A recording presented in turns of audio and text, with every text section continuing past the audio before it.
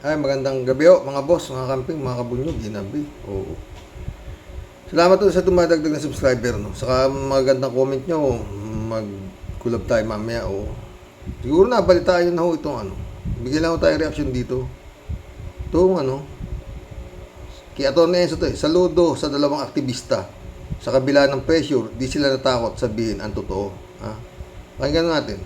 Ng NTF-ELCAC at ng military yung dalawa.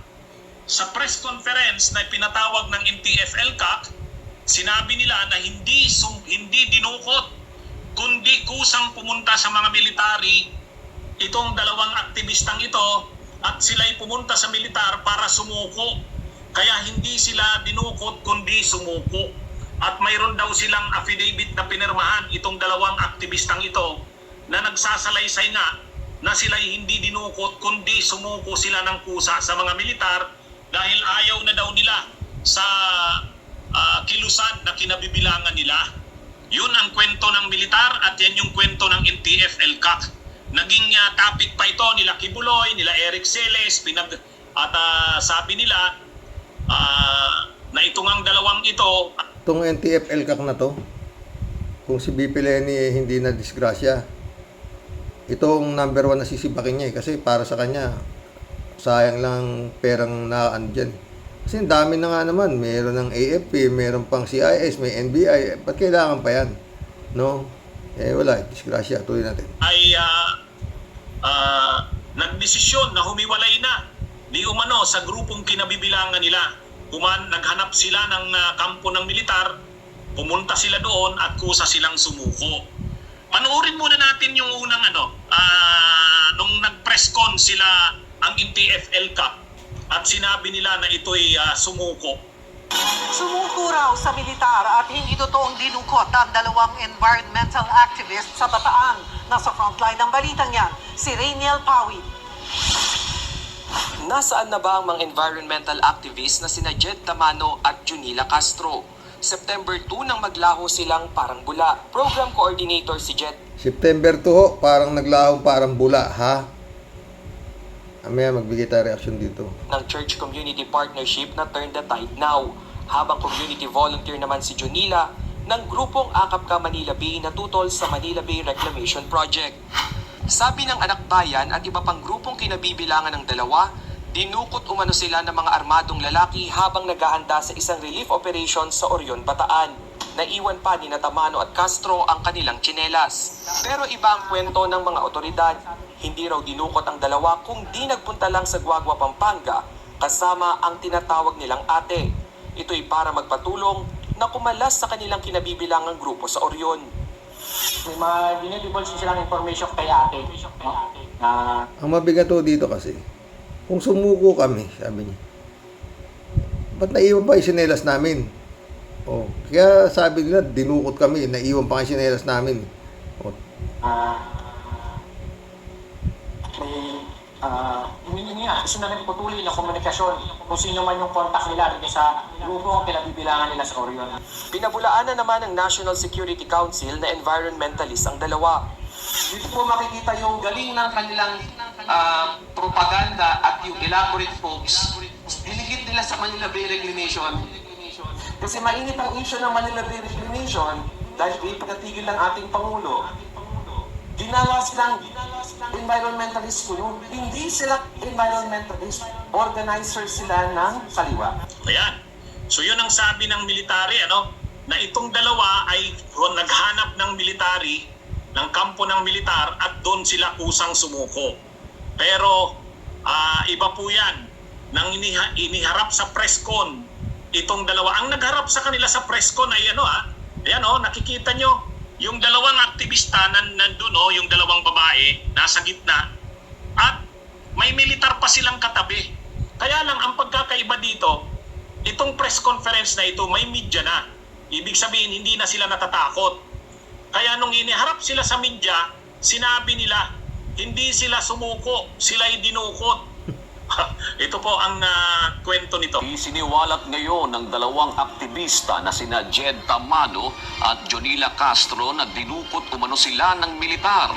Taliwas ito sa nauna nang ipinahayag ng National Task Force to End Local Communities Armed Conflict o NTF-ELCAC na sumuko sa 70th Infantry Battalion ng Philippine Army sa Bulacan ang dalawa noong September 12. Ito ang balita ni Alan Manansala. Ang totoo po dinukot kami ng mga militar sa ng van. Napilitan din kami na sumurrender. Dahil pinagbantaan yung buhay namin, yun po ang totoo. Hindi totoo na kusang sumuko sa mga otoridad ang dalawang environmentalist activist na sina Jed Tamano at Junila Castro. Sina Jed at Junila ay kabilang sa mga grupong nakikipaglaban para protektahan ang marine ecosystem kontra sa mga malalaking reclamation projects. Nauna nang napabalita na nawawala ang dalawa at pinaniniwala ang dinukot umano ng government forces. Ngunit sa nakaraang presko ng NTF-ELCAC, sinabi ng mga ito na sumuko at nag-surrender umano sina Jed at Junila sa 70th Infantry Battalion ng Philippine Army sa Doña Remedios Trinidad sa Bulacan noong September 12. So malinaw po na wala pong nangyaring abduction. So it will masabi natin pagdating po sa part na to, sa part ng alleged abduction is masasabi natin case closed na sir. Case closed. Kasi they affirm naman na they were not being abducted. Ayon pa kay National Security Assistant Director General Jonathan Malaya, hindi totoo na environmentalist sina Tamano at Castro, kundi pawang makasapi ng rebelding New People's Army na nais nang kumala sa kilusan. Hindi sila Siyempre, kanya-kanyang version na yan, mga boss, di ba? Oo. Nagbigay tayo, dyan. Sabi, nila eh. Pinress conference nila eh. Nagsabi ng totoo yung babae. Napaganon pa yung ano eh. Kasi nasa gitna ho sila eh. Nasa gitna sila nitong NTF-ELCAC na ito. Tsaka itong sundalo. Nasa pagitna sila eh. Siguro kaya malakas ang loob nila na iniharap ang buong akala nila planchado na lahat na aamin ito na sila ay sumuko. Nangyari hindi. Nawaw mali sila eh. No. Ito mga boss mga kamping, mga bunyog, mga boss. Nung pang ados ng Setyembre nawawala. Kung ito sumuko, di sana Timano, alam mo yung NTF-ELCAC, tignan mo, sabi nga ni Attorney Enzo talagang ibinibida nila na may sumuko ganito. Sila Kibol, sinasabi, may sumurrender ng mga rebelde, ganyan. Ba't ngayon lang nila binigyan ng press conference? Ano na ngayon? 20 na. Ados pa nawawala itong mga to. Ados pa na Setyembre. Sabihin na natin 12 o kung ano. Ang tagal na. Dapat yung mga ganyan sumuko. Dapat yan. Media agad yan may mga reporter na agad di ba? Sabi nga ng babae, di ba? Pinwersa kami, lahat kayo man to. Dinukot kayo. Lahat ng gusto sasabihin ng mga dumukot sa inyo. Yeser kayo ng yeser. Pirma, nginginig ka pa. Di ba mga boss? Kung tudasin ka. Alam nyo, nung panahon ni Marcos, marami yung nawalang ganyan. Yung mga disaperisados, yung mga aktivista. Marami ho rin ganyan. Hindi na ho nakita. Puro pangalan na lang sabongero. Wala na rin sabongero Nahuli na raw yung mga security guard nung arena ni Atong Ang, di ba? Pero nawala na naman sa mainstream media, wala na naman ng kwento. Kung ano na nangyari doon sa mga nahuli na mga yung gwardiya nung arena wala na. Balik tayo dito sa dalawang to. Activist sila. Activist. Hindi ho sila, yun ang Tsaka yun nga, naiwan yung sinelas Kung sumuko sila, maiiwan nila yung sinelas. Di ba?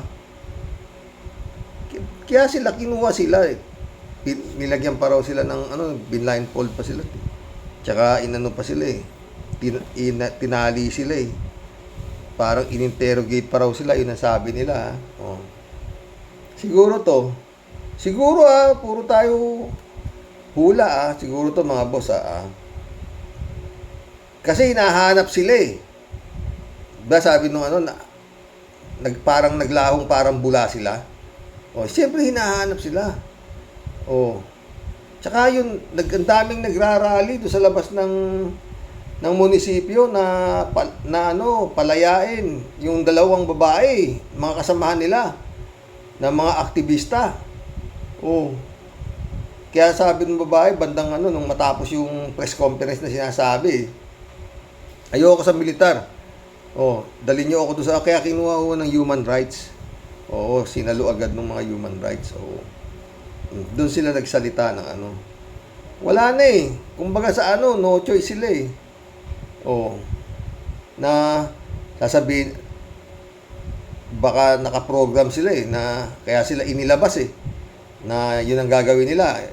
Yung sasabihin nila nakaprogram. Wow, mali. Iba sinabi. Sabi nung nasa kanan na yung militar, napaganon siya, gulat siya. Sasabihin ko ang totoo kung kami sumuko o dinukot. Ang sa totoo lang po, dinukot po kami ng mga militar. Ayan na. Dire-diretso eh. Yung sinasabi, wala namang binabasa eh. No. Pero yun nga, maanoran daw siya ng kakasuhan siya ng perjury. Dahil yun nga, nag-iba-iba. At saka yan, mabigat ho yan. Alam niyo naman kung sino ang co-chairman ng NTF-ELCAC. Sara Duterte Carpio. Yan ho, isa yan sa nitong si Sara. Alam niyo naman si Sara. What Sara, one Sara kita. Yun na mabigat dyan. Pero magkakaroon ho ng balitaktakan niya kasi napunta na siya sa human rights. Mukhang matatagalan ho yung na yan. Matatagalan po yan. Kasi siyempre ang liwanag na kung ako mo, paano mong sasabihin sumuko kami, ba't naiwan yung sinelas namin? Oh. Siyempre, tapos sabi ng babae, di ba, tinatakot pa kami, napapatayin daw pati pamilya namin. Oh. Yun ang dun eh. Oh. Di ba mga boss? Mabigat po yan. Buti nga, nilabas pa sila eh. Oh. Wala silang magagawa kasi hinahanap eh. Ang taki mo, ados pa na si Chembri nawawala. O, siyempre kung sumuko sila yan, ang timano, sabi agad na NTF-ELCAC. O, meron na namang mga paano yan, lalo sila Badoy, sila Kibulog. O, eto, mga sumuko, mga dating rebelde, nagbabalik loob, mga terorista, ganun nga, di ba sabi ni Atty. Enzo, pinagyabang na nila, di ba? O, banda. Tapos yun, nagpa-press conference sila, kala nila, planchado na. Biglang na, dinukot ho kami, todas. Yun hong mga doon ng mga statement na yun, sila hong gumawa noon, ganito. O, nakakuha ng yung mga babae, dalawang babae. O. Di ba, mga boss? Magbigay nga ho kayo ng kung yan nga po para sa inyo yan. Para sa akin, dinukot para sa akin. Kasi, susuko ka ba't naiwan yung tsinelas mo? O, di ba? At pagkatapos mga boss, yun nga, ba't ngayon lang nilitaw? Ados pa nawawalan parang bula, ngayon lang lumitaw. Oh, di ba? Yun lang yun. Di ba mga boss? Oh.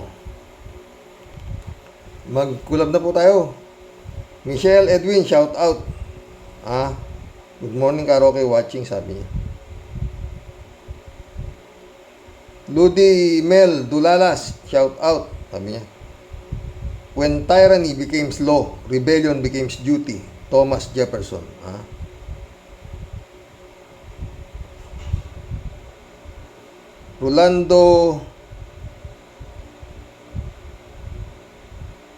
Ronald Rosalinda, shout out. Maricar Baldonado, shout out. Good evening, Sir Rock, sabi niya.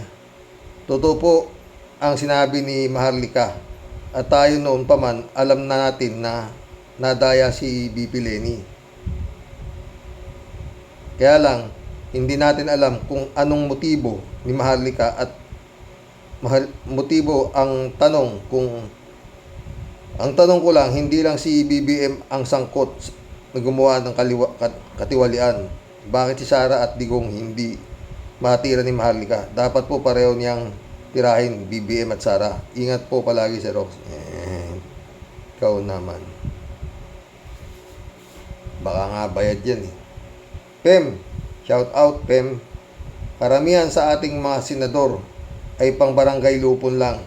Pwede, ha? Pang barangay lupon lang. Pwede sa tema ng kanilang ginagawa sa Senado. Totoo yan, ha? Moody Muma, shout out. Ay, Sir Rox, good evening po. Yang mga congressman na sumasang-ayon, wag na lang iboto ang mga yan. Hindi binigyan ng halaga ang mga matitinong Pinoy. Totoo yan. Moody Muma ulit oh. Hi ulit sir.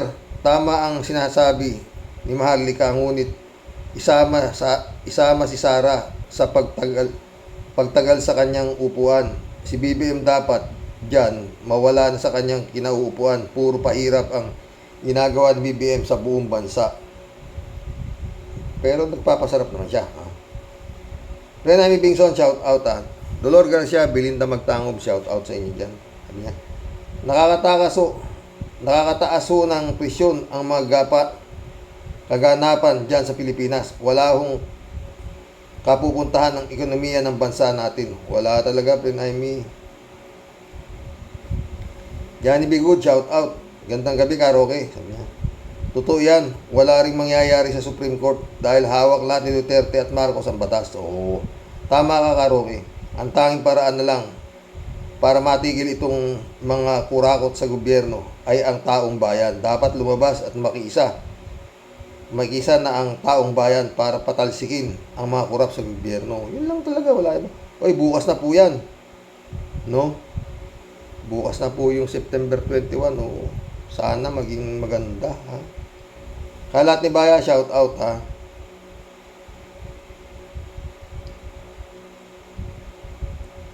Kalat ni ulit, oh. Good evening, Karoke.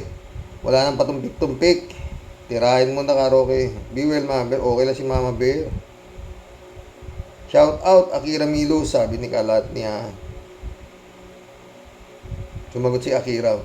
Good afternoon. Enjoy this beautiful day. I sure, sweetie, sabi ni Kalat niyo. Hope you're having a fine day. I watched Padre Pio. Napaka-cried me too much, sabi niya. Oh, and why naman, ha? Oh.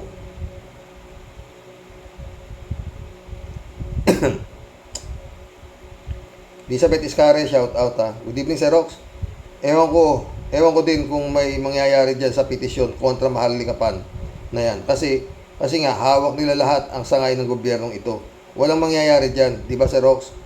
Kita nyo, nakapag-release agad ng pera dyan ang land bank. Makakapiyok ba ang mga taong bayan? Mga taong bayan dyan? Hay, wala. Supreme Court. Ewan ko kung ano Supreme dyan. Kung natatandaan ninyo, bago mag-eleksyon, ang tagal magbigay ng desisyon ng Supreme Court kung pwede o hindi makatakbo si BBM. Sabi nga ni Commissioner Rowena Guanzon at saka nitong si asawa ni Winnie Monsod, dapat maglabas na ang desisyon ang Korte Suprema kung pwedeng tumakbo yan, kung DQ yan o ano yan. Wala. Tinuloy yung eleksyon. Di nung natapos, nanalo ng 31 million. Sabi ng Korte Suprema, saka sila nagdesisyon. Unanimous, pwede. Okinawa, Japan, patay. Johnny Bigo ulit. Reverse psychology and mind conditioning ang ginawa ni BBM at Duterte. At binintang nila ang pandaraya sa kalaban nila noong nakaraang eleksyon para isipin ng mga tao ay hindi sila mandadaya. Totoo, Johnny Bigo. Kuha naman natin, di ba? Sa tanga lang lulusot yun. Mga ganong style. Elizabeth Iscari ulit. Tama kayo, Sir Rox. Pinagtatawanan na tayo sa buong mundo sa katangahan at kabobohan ng mga nakaupo ngayon sa gobyernong ito. Isipin nyo ang mga hearing dyan sa Senado. Wow, wow na wow. Baka akala ng mga senador nasa pelikula tayo at walang katuturan ang mga inaasikaso nila dyan, hindi para sa sambayan ng Pilipino, kundi parang chismisan lang. Katawa-tawa. Totoo, di sabi, nunood ka rin pala ng Senado, ha? Alberto Olaer, shout out, ha? Karoke, bakit hindi mabanggit ni Maharlika ang pangalan ni Digong Duterte at may utos ang COMELEC para dayain ang National Election 2022? Ang kuting lang ang palaging sinasabi ang pangalan ng amo ng si Digong Duterte, hindi niya mabanggit. Takot ba si Maharlika Karoke? Nanginginig pa ang tinggiling. Rodolfo de la Cruz, shout out, ha? Sabi niya, huwag na tayong umasa sa gobyerno. Ang maganda dyan, lumabas ang mga tao. Yan lang ang solusyon. Dyan, yung mga umaten ng rally ni Atty. Lenny, magsilabasan na yung mga oposisyon. Labas na kayo, lahat naman tayo makikinabang dyan. Go na, sabi yun. Oo nga eh. Federico Mandak, shout out, ha? Kaya pumayag si BBM na Smart Magic pa din ang gamitin kasi na-appoint na si Garcia. Tamang-tama, hinintay lamang nila ang retired si Commissioner Guanzon. Sure win na talaga si BBM. Oh, sure win talaga. At saka kanila pa nga yung logistic eh, na kay Dennis Uy, di ba? Oh, Elizabeth Iscari ulit. Totoo yan. Kapag matino ka sa business yung ito, sisipain ka nila. Kailangan maging dorobo ka din at tanggapin mo ang parte mo sa kanila para di kanila tanggalin. Huwag kang kokontra sa kanila. Kailangan maging bulag, pipi at bingip ka para maging kapartner kanila. O di ba si Rox? Tama ka dyan, Elizabeth. Yan ang kwalifikasyon ngayon. Ha? Pag matalino ka, tanggal ka. Librado Ludovico, shout out, ha? Blessed morning, Karoke. And to all Karoke warriors watching from Edmonton, Alberta, Canada. God bless po, stay safe and healthy. I don't think gagawin yan ng Korte Suprema. Mga tao ni Dorian Dutay ang nariyan. Ano pa nga ba? Kaya nga sabi ko parang ang nagpapatakbo rito sindikato eh. Oo. David Alin Mendoza, shout out. Hi Karoke at sa mga Rocky Warriors. Magandang gabi po sa lahat. Bakit po ngayon lang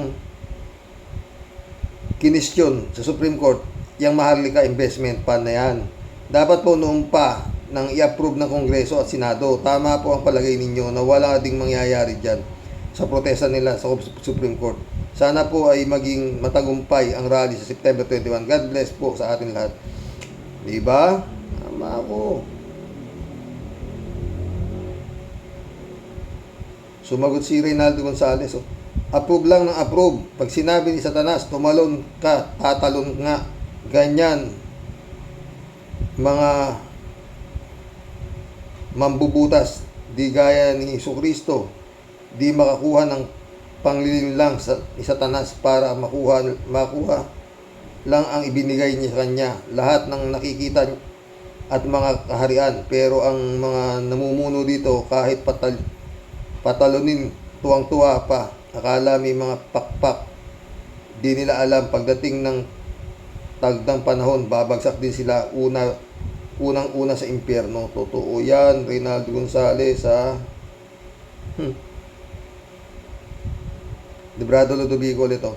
Karok, salamat sa Panginoon Diyos kahit paano napapasaya ka namin, mga Rocky Warriors. Oo nga eh, saya nga natin, di ba? Librado Ludovico ulit. Karoks, hindi kaya may dugo kang mistiso kasi nang binabasa mo ang aking comment ay namumula ka ng tuwa. Eto pa, Karoks, si Sarah Jim Potpot at si Sister Grace Chingsay mukhang kambal, parehong ganid sa salapi. Totoo yan. Totoo yan. Akira Milo, shout out, ha? Ito. Linda Lapiceros. Welcome to the club, Linda Lapiceros. Sabi niya, hindi naman niya nanalo. Hindi ko nga alam. Hindi naman niya nanalo. Hindi ko nga alam nga na tumakbo pala yan ng senador. Oh. Kala ko rin nun, ano lang guess. Linda Lapiceros ulit, oh. Isa pa, puro dayan ang nananalo, puro magnanakaw. Ang kakapal ng mukha, dapat matamaan na yan lahat ng kidlat. Walang problema. Wala pa yung kidlat. Ari, shout out, sabi niya. Sa gobyernong ito, sa palagay ko ay may 3 taong sikat dahil lagi silang napapag-usapan. Ang una ay ang pinakabobo, mayabang na senado. Mapagmahal sa ibang lahi at laging napapahiya sa diskusyon. Ang pangalawa ay ang masiba, gahaman, mahilig mag-red tag at ginagawang confidential fund ang pera ng taong bayan kahit na hindi pwede. Pangatlo ay ang mahilig bumiyahe, manood ng Grand Prix at sa Singapore bago umuwi ng Pilipinas. Nilabag ang saligang batas ng Pilipinas, ginastos ang pera ng bayan ng walang pakundangan at mag-good time kasama ang kanyang mga sindikato. Totoo yan. Raul Villanada, shout out ha. Sakit yung mata ko, pula. Greetings Kuya Rox, may problema, puro tulisan justice din ang miyembro niyan. At isa na, Chope, Leonin, wala na yan, wala na dyan. Dahil kung may silbing Supreme Court, sana nag-intervene na sila sa kaso ni Dilima. Totoo yan, Raul. Wala na yung Supreme na yan. Raul Villanada ulit, oh. Nakita ko bumagal yata tibok ng puso mo dahil sa isang estupidong senador. Ingat, tawanan na lang natin bagamat mahirap gawin. Raul Villanada ulit, oh. Pansinin niyo yung survey, parang bidding ng mga gustong mga pwesto, highest bidder. Sa pool mo ang pwesto, ikakasa ng Smart Magic yan pag eleksyon tapos ang laban. Hindi pa tapos ang bilangan, panalo na. Totoo. User, shout out, user. Julagon, my friend, shout out, ha. Brother Elias Isyo, shout out. Sabi ni user. Magandang gabi sa ating lahat ng mga ka-Rocky Warriors. Napakalupit ng BBM at Sara Jing Potpot na yan. Ibig ubusin ang kaba ng bayan. Ang kakapal ng mukha. Sana Lord, gawin mo na silang tikbalang o kaya'y palaka para mabingwit na sila at balatan ng buhay. Pasensya na, Xerox. Nakakagalit kasi. Ito nga yan, user. Antonio Escobar, shout out, sabi niya. Sana yung mga dadalo sa rally sa Comelec at yung mga liwasang Bonifacio ay may marcha at mag-join doon sa rally sa EDSA Monument at sabay silang lahat dumiretso sa Mindiola at lumusob na sa palasyo para sipain ang mga nakaupong opisyalis doon. Isa sana ang temporary mag-lead bilang OIC. Like Kudeta, like Colonel Odonio, Kawaldi at Attorney Luke, Trillanes, Gordon, or mga generals ng PMAers na umaalsa na. Then pagtahimik na,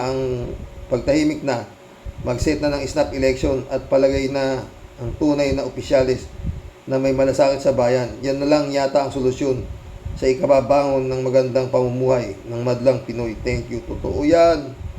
Antonio Escobar. Antonio Escobar ulit, oh. Kung ayaw ni Lenny, Kiko, Pacman, Lacson, Gordon at iba pang oposisyonista ay dapat magsalita man lang sila ng pakikisama sa kilusang ito via TV or smartphones or other social media platforms. Tama ka dyan, Antonio Escobar. Malay mo, mangyari. Laking bagay niyan pag lumabas si BP Lenny sa at nagsalita, ewan ko lang. Louis Bulanos, shout out. Watching from Doha, Qatar. Good morning po.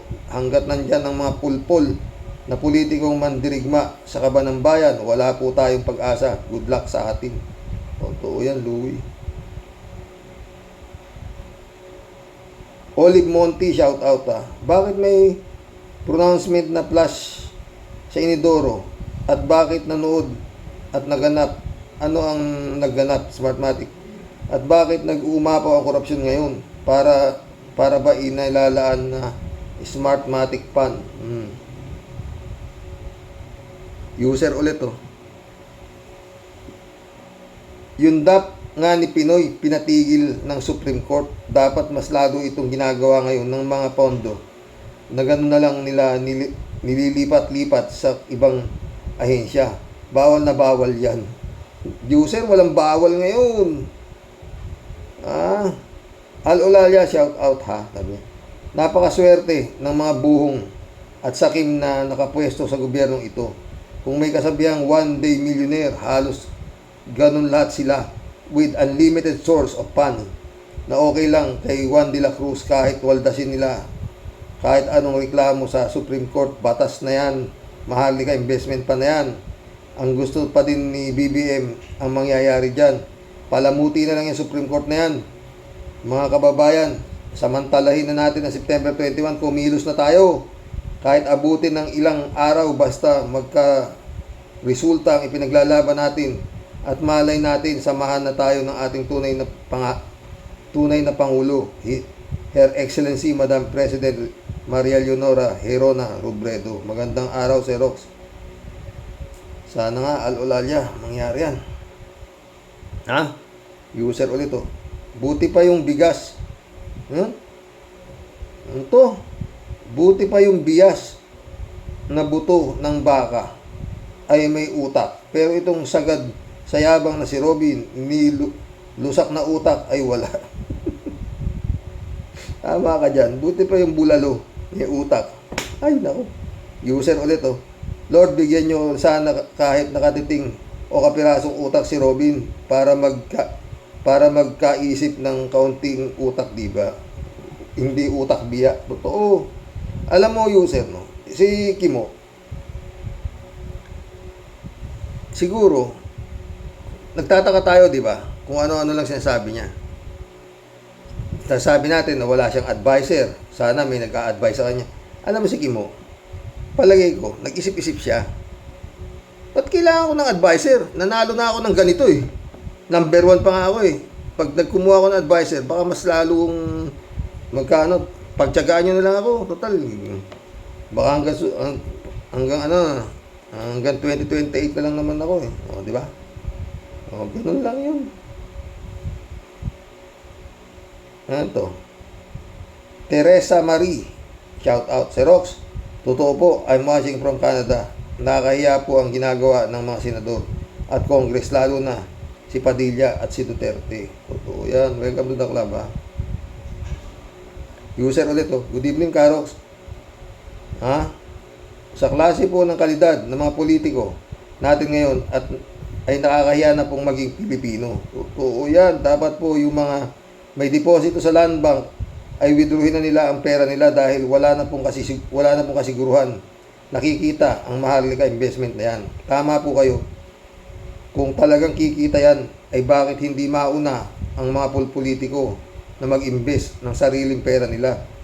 Sa gulang ng mga yan, gusto lagi ginigisa ang pera ng mga tao sa sarili nilang mantika. Totoo yan. Edmond Elks watching from West Edmonton Mall, Alberta, Canada sa user. Ferdinand San Juan, shout out ha. Good morning po, Karox. Tama po kayo, Karox. People power is the answer sa lahat ng masamang nangyayari sa ating bayan. Taong bayan ang makasasagot, kumilos sa laki ng problema ng mahal na bayang Pilipinas. Dasal. Patnubayan po tayong lahat ng mahal na Panginoon Diyos. Totoo yan, ha? Ito si Prince Sherby, no? Tia Deli. Shout out, Ines. Christy Ansen, July 7, Alcantara. Shout out sa inyo, mga boss, ha? Sabi ni Prince Tia Deli, oh. Rumaragasa po ang at tumahabol na may kasama pong hingal habang nirarayuma. Lola Basyang here with Team Tia Deli. Po mga Rocky Warriors, buwabati po sa inyong lahat ng magandang buhay. Kailangan po namin makisali sa pagkuda at makimarites, pero sa totoo lang po, Sir Rox, bakit po palaging ganyan? Patay na po kabayo bago pa umangal. Totoo, Tia Deli ka ha. Mawala at kumilos ang mga madlang people. No ba yan? Matatalino naman po tayo at di mga syunga. Bakit nagawa na po ang krimen? Nawaldas na yung mga ninakaw at naisubi na sa mabuting kamay ang lalagyan. Yung mga ninakaw po nila. Kaya nga po nagtutumulin po lahat. Yan sa pagkilos ang mga buhayang kawatan. Kasi po alam po nila matitiklo na po sila, malapit na kaya nga po kahit bawal, banat po sila ng banat, approve dito, approve doon. Totoo yan. Lahat po lusot, wala pong naging kontra, bulate. Lahat po mapa lower house or mapa upper house, puro po may busal ang bunganga. Totoo yan. Pati po yung mga bulsa, mga namumuwalan din sa bundat. Ay nako, Diyos ko po Lord, dasal po namin, sana po Lord, magkaroon na po ng katapusan at masupil na po sana ang mga sobrang pagka-impyerno na nagaganap po sa aming bansa ngayon. Nagsama-sama po ang mga satanas, mga walang kaluluwa at puro maitim ang mga budhi na mga buwaka ng ewan. Nako, Sir Rox, pag di ka naman na high blood sa mga buwisit na to, makalayas na nga lang muna po, Sir Rox. Baka di kami makapagpigil, gagawin ko na sila lahat na barbecue. Sarap po nilang pagtutuhugin lahat sa kanilang mga tumbong. Kinam. Hanggang sa muli po, Lola Basha ang signing off. Ang sa inyo pong lahat ay nagmamahal. Ito ang inyong Tia Deli. Ingat ka parati dyan na friend sharing ka. Pipito Duran, shout out Baliktad ninyo, sabi ni Percy Lapid, sinabi ni Digong. Totoo. Marilo Pabianak, shout out Good morning po muli, Tyrox, and to all Rocky Warriors. Nakakawalang gana na nga po nangyayari sa ating bansa. Mula Pangulo, Vice, Senador, Congressman, wala na po tayong maaasahan. At ito pang Supreme Court na hawak din nila. So paano na po kalagayan nating mga Pilipino sa ganitong mga hangad lang ay pera ng bayan. Take care, Tay. God bless. Always, Lord. Save our countrymen. Totoo yan na. Akira Milos, shout out, sabi niya. Mas mainam po kung magpa-ECG kayo para ma-sure to okay yung heart ninyo. Nagpa-ECG na ako kanina na okay naman daw. Fernando Ribong, shout out. Sir Rox, ba't kaya parang dead mo lang ang mga oposisyon sa mga nangyayari sa bansa? Baliwala ba sa kanila ang pinaglalaban nating mga matino? Hindi ko alam, Fernando Ribong ulit. Buti pa sila Nery Colmenares nakikisa sa mga taong naghahanap ng kabutihan. Sancho Pancha de la Brocha, shout out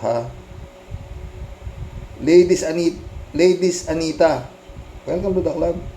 Mr. Sa totoo lang 2, I'm back po. Mabuhay ang inyong programa na ito po. Keep it up. 3JC Hope, my friend. Shout out sa iyo sabi niya. Sir Rox, ikaw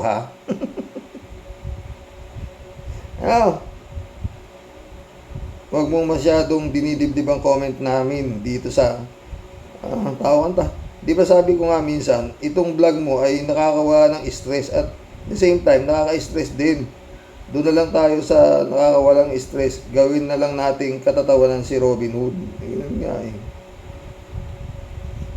Ladies Anita ulit Ang tanging pag-asa na lang ay magkaisa na sa kalye. Mag-people power 3. Yun ang the best solution. Totoo yan, Ladies Anita. Yun na lang talaga, wala na. Ladies Anita ulit Sir Rox, itong September 21 yata, magkakaroon po ng mga vloggers at bunyog. Marami daw ang pupunta. Sana nga magtagumpay. Dasal na lang, ganun lang yun. Rolando Cruz, shout out sabi niya. Dapat ikonsulta ang problemang ito sa lahat ng ahensya ng gobyerno kung saan ayon sila sumunod sa mga nanunungkulang mga peke, biruin mo, inuutusan ng mga opisyal ng hindi na talagang nanalo o peke, mga sundalo at pulis, sang-ayon ba kayo na sumunod sa utos ng hindi hinalal ng taong bayan? Yun ang magandang tanong. Ewan ko sa mga syungan na rin yata. Yes, Bornales, welcome to the club. Real talk lang talaga. Real talk lang talaga itong si Karoke. Wala talagang mangyayari hanggat hindi umaalma ang mga tao. Hanggat tahimik lang ang mga mamamayan, walang mangyayaring pagbabago. Totoo naman, Jess, di ba? Christian Cheng Nak, shout out ha. Have a nice PM po, Tyrox. Sabi ko nga po, hanggat ang mga nasa Supreme Court ay mga poste ng mga nasa pwesto now, wala pong mangyayaring maigi dyan sa reklamo na yan. Para mo lang hinipan ang yupakan na yan. Totoo yan. Eduardo Pulido, shout out ha. Good afternoon, Karoke. Keep safe always and good health every day. Salamat. Christian Cheng ulit. Mismo rin pong napanood ko yan, Tay. Halos lahat ng mga comments, content creator, vlogger ng mga nasa panig ng katotohanan, pinacture yung pagbuboljak ni Maharlika Luka and Glenn Chong. Sa part na yan, nagsasabi ng totoo yung dalawa, lalo na si Luka. Pero nga po, uulitin ko, kahit binoljak ni BBF si Lisa Smugs, alam naman already ng buong mundo na si Madam Philippine Legit President Atty. Leni Robredo ang nanalo last 2016 and last summer of 2022 election. Totoo yan na ka. Christian Cheng ulit. At gusto lang pong pasadaan itong isang komento about naman sa oposisyon. Wait lang. Rahan-rahan naman sa opinion mo. Wala naman sinasabi si Madam Philippine Legit President Atty. Leni Robredo at BP Kiko Pangilinan na ayaw nilang magsuporta, at si BP Kiko nagboses na nga siya, at si Madam Leni naman isang radio interview sa kanya. Di naman kasi siya direktang tinanong sa issue na yan, pinagkakaguluhan, pero sinasabi niya na dapat i-push back ng mga tao, ang mga mamaya, na dapat ang kumilos, at sinabi din niya na hindi naman siya elected official ngayon at di siya actually nananahimik. Focus lang siya talaga sa kanyang mga NGO foundation.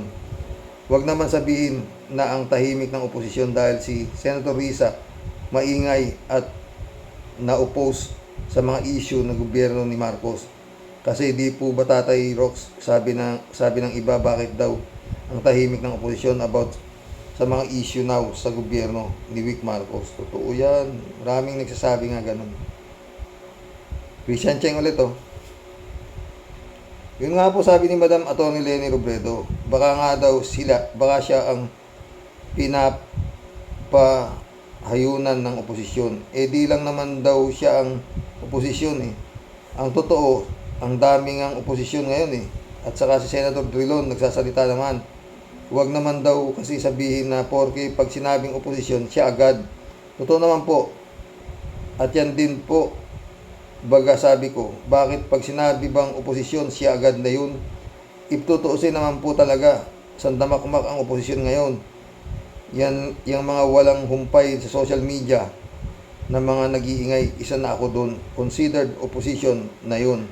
At tungkol naman po sa namumuno sa oposisyon, katulad nga po ng mga nauna ko nang sinabi, dami nang namumuno sa oposisyon. Sa dami nga po, wala nang matukoy. At dapat lang naman po talaga na taong bayan na dapat ang mag-initiate. Dapat dyan, 2 higher SD card official na yan. Pinupugutan ng ulo sa liwasang Bonifacio at ibitin ng patiwarik sa harap ng Comelec. Bye for now, Tatay Rox. At salamat po. Salamat din na ka. Okay, mission accomplished mga boss. Shout out Adoracion Timaranan. Belinda Mirna Regalado, no? Ay, hanggang bukas po. papatingin kimat ako, mapula. Parang may nakaano rito. Pero bukas nandiyan na yung doktor ko sa mata. No, mga boss. God bless po, God bless. Magbigay ho kayo ng ano dito tungkol sa topic natin. Yan ho ang trending ngayon. Yung sumuko daw. Pinresinta nila. Anong sumuko? Nung nasa media na, nandiyan yung media, hindi po kami sumuko. Kami po ay dinukot. Ano masasabi niyo dyan, mga boss? Ako, para sa akin, naniniwala ako doon sa dalawang babae. Di ba ba? God bless, mga boss. Good night.